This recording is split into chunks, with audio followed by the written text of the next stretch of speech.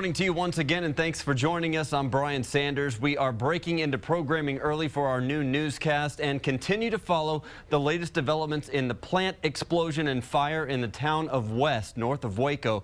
Governor Perry is holding a news conference right now from the command center at the Texas Department of Public Safety in Austin. We're going to go to it live right now. Press conference over the phone. So Senator Birdwell, thank you for being with us this morning, and for in his district a very tragic, difficult 16 hours for all of us, and all of our friends and loved ones and individuals who have friends and loved ones who have watched this unfold from afar. I know they're very anxious for information. I want to start by saying thank you to the emergency management folks here.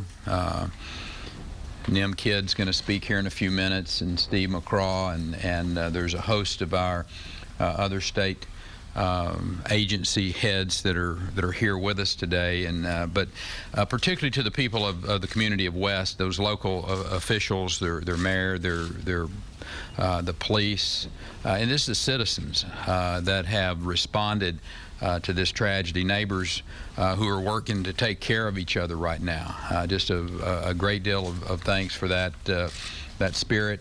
I've been in touch with the emergency officials throughout the night, and this morning talked to the McLennan County Mayor Scott Felton earlier this morning, to Congressman Flores, and President Obama called from Air Force One as he was en route to Boston, and we greatly appreciate his call and his gracious offer of support, of course, and a very quick turnaround of the emergency declaration that will be forthcoming, and his offer of prayers. We greatly appreciate the President for his call. Also spoken to the local officials to make sure they have all the support and assistance that they need from the state. To that end, I am declaring McLennan County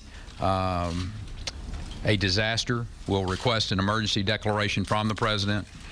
I also want to commend the hard work put in again by Chief Kidd and his team at the Texas Division of Emergency Management. They quickly responded to this disaster. It is unfortunate for us that we face both natural and man-made disasters all too often in this state, but the bright side of that is that we've got the finest emergency management team in this country. And it is very important to stress that at this point, much of the information that we have is still very preliminary, and more information is coming in all the time. I want to take a few minutes to provide an overview for the state's response. Throughout the night, there were state agencies were on the ground to assist. They will remain there as long as they are requested and needed. Texas Department of Public Safety is securing the area for law enforcement personnel to conduct the business and to maintain public safety.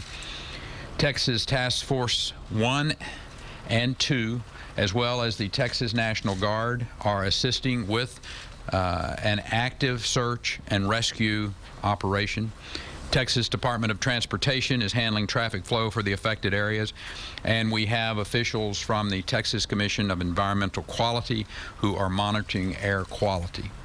Pipelines in the area are being monitored closely. The gas distribution system to homes has been disconnected, and it is our understanding that those are being both double and triple checked before any service will go back on to those homes.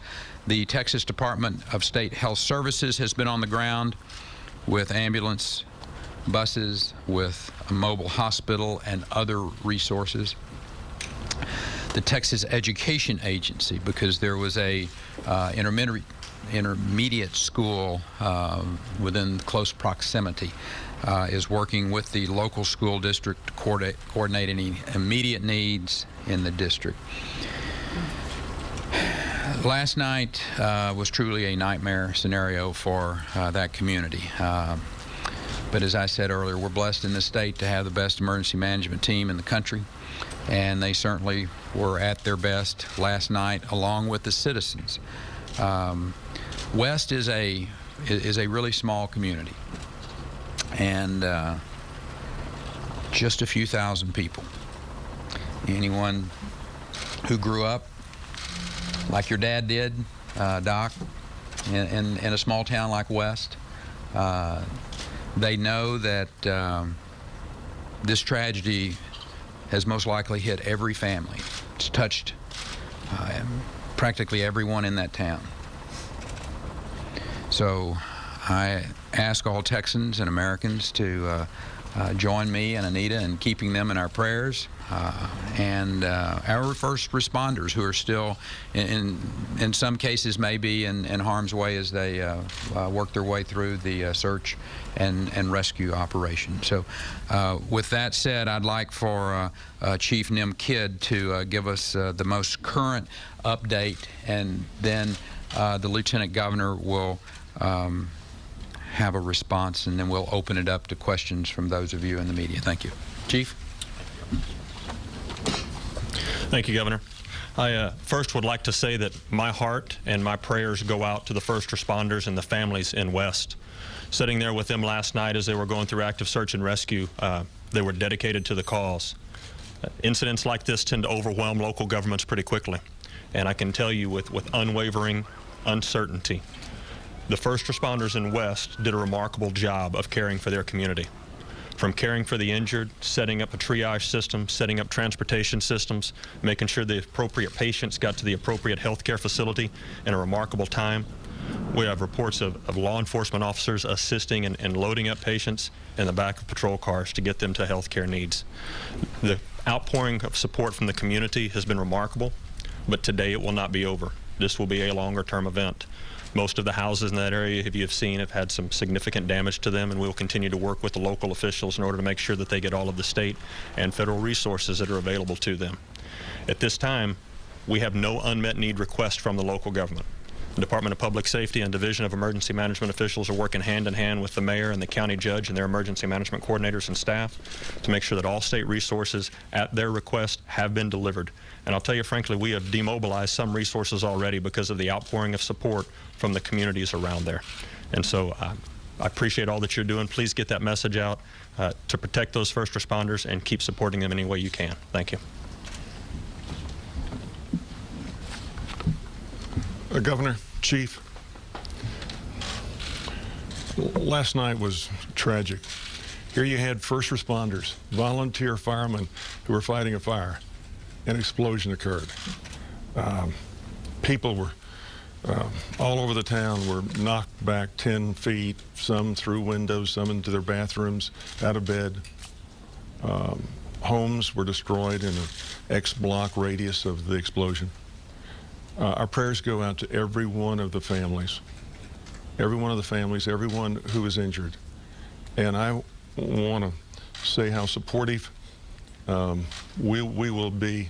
Governor Perry, Chief Kidd explained it, but the legislature will be absolutely supportive to do everything we can to help provide the resources and help the citizens of this tragedy move forward, which over the years, I've seen Texans move forward after Hurricanes Rita and Dolly and Ike and explosions, and we'll move forward. But it's a painful time for the people in West, and our prayers go out to them.